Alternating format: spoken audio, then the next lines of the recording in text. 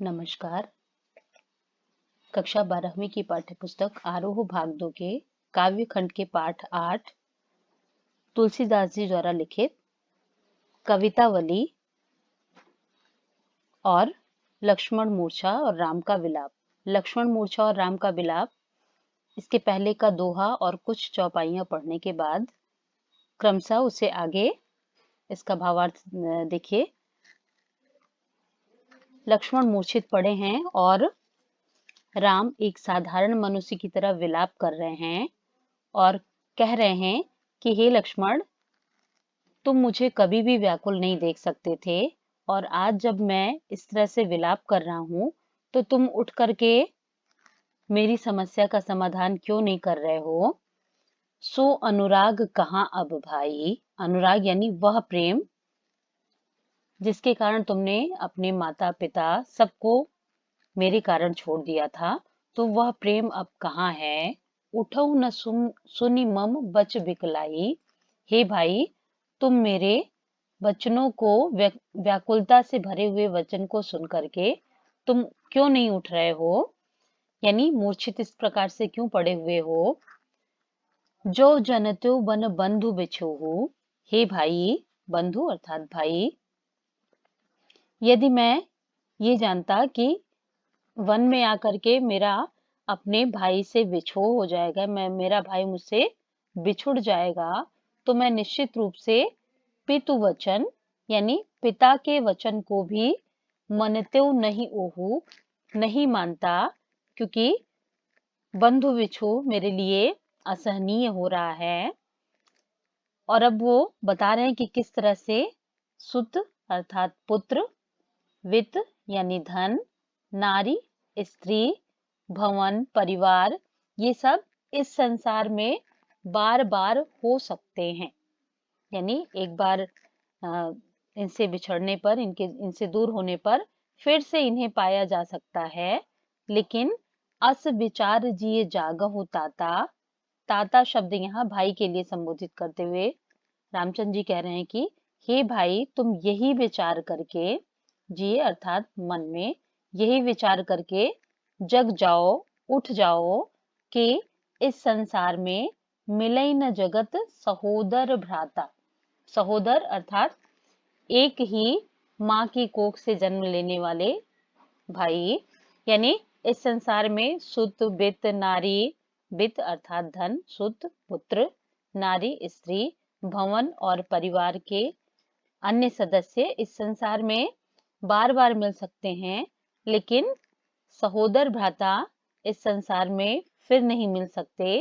यही सोच करके ही भाई तुम जगो, तुम उठ जाओ। और अब रामचंद्र जी अपनी उस स्थिति को सोच करके परेशान हो रहे हैं कि बिना लक्ष्मण के उनका जीवन कैसा होगा। जथा यानी जिस प्रकार से, पंख बिनु खग अति दीना, इसमें उदाहरण अलंकार है, यानी इसमें उदाहरण के द्वारा बताया जा रहा है कि किस तरह से रामचंद्र जी का जीवन लक्ष्मण के बिना हो जाएगा। जथा पंख बिनु खग यानी जिस प्रकार से पंख के बिना पक्षी अति दीना अत्यंत दीनहीन हो जाता है। मणि बिनु फनी और शेष मणि, फनी अर्थात जो सांप है वो मणि के अनुसार मणि के बिना कैसे हो जाता है। और करिबर यानी हाथी, करहीना, हाथी का कर यानी हाथ, सूंड है, तो हाथी जिस तरह से सूंड के बिना हो जाता है, उसी तरह से रामचंद्र जी कह रहे हैं कि हे लक्ष्मण, मैं तुम्हारे बिना हो जाऊंगा। असमम जीवन बंधु बिन तू ही। हे बंधु, मेरा जीवन तुम्हारे बिना वैसे ही हो जाएगा जैसे पंख के बिना पक्षी, मणि के बिना सांप और सूंड के बिना हाथी हो जाता है। उसी तरह मेरा जीवन तुम्हारे बिना दीनहीन हो जाएगा।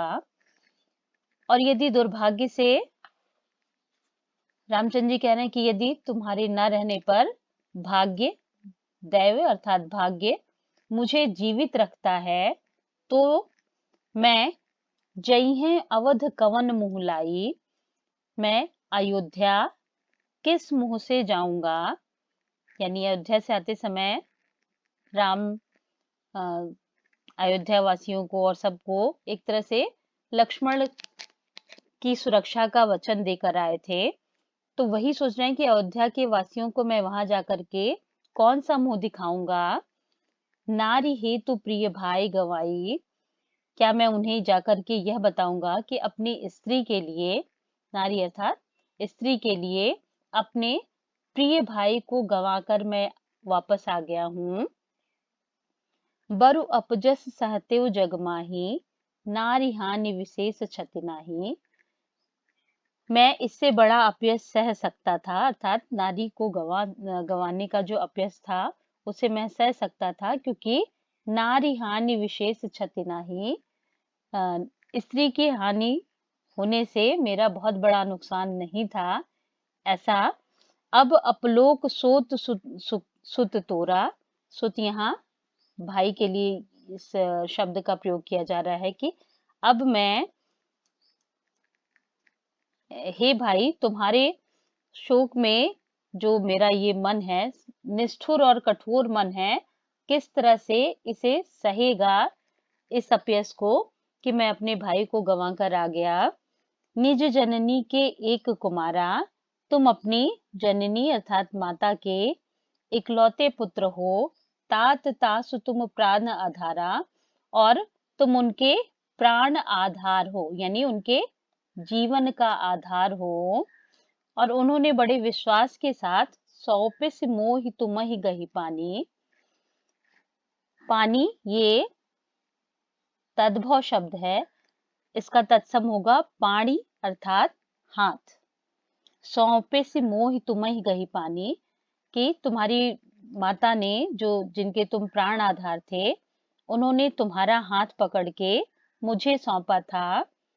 सब विधि सुखद परम हित जानी, हर तरह से सुख देने वाला और परम हितकारी समझ करके ही उन्होंने तुम्हें मेरे हवाले किया था। लेकिन अब तुम्हारा जीवन संकट में है, तो मैं वहां जाकर के, अयोध्या जाकर के अयोध्या वासियों और आपकी माता, इन सबको क्या उत्तर दूंगा। उत्तर काह दइहों तेहि जाई, मैं वहां जाकर के उन्हें क्या उत्तर दूंगा।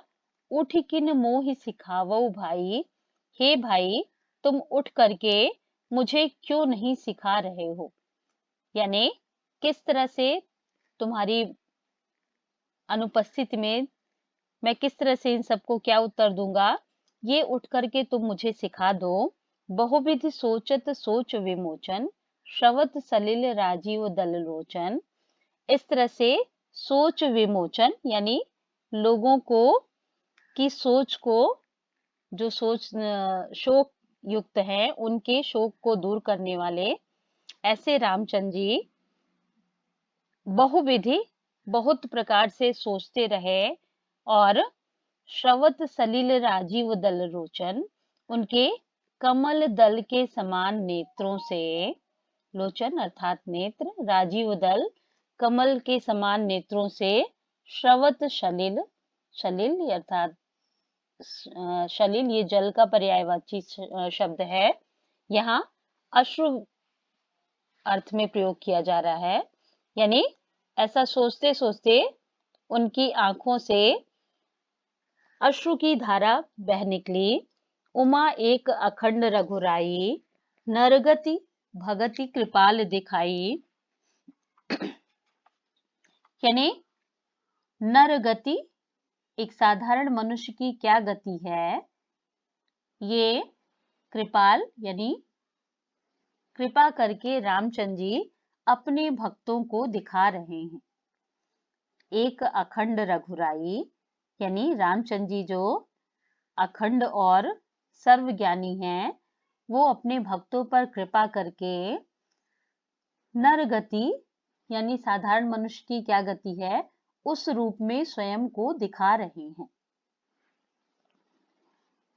आगे की वीडियो में हम लोग लक्ष्मण मूर्छा और राम का विलाप, इसके 16ठा भाग को पढ़ेंगे।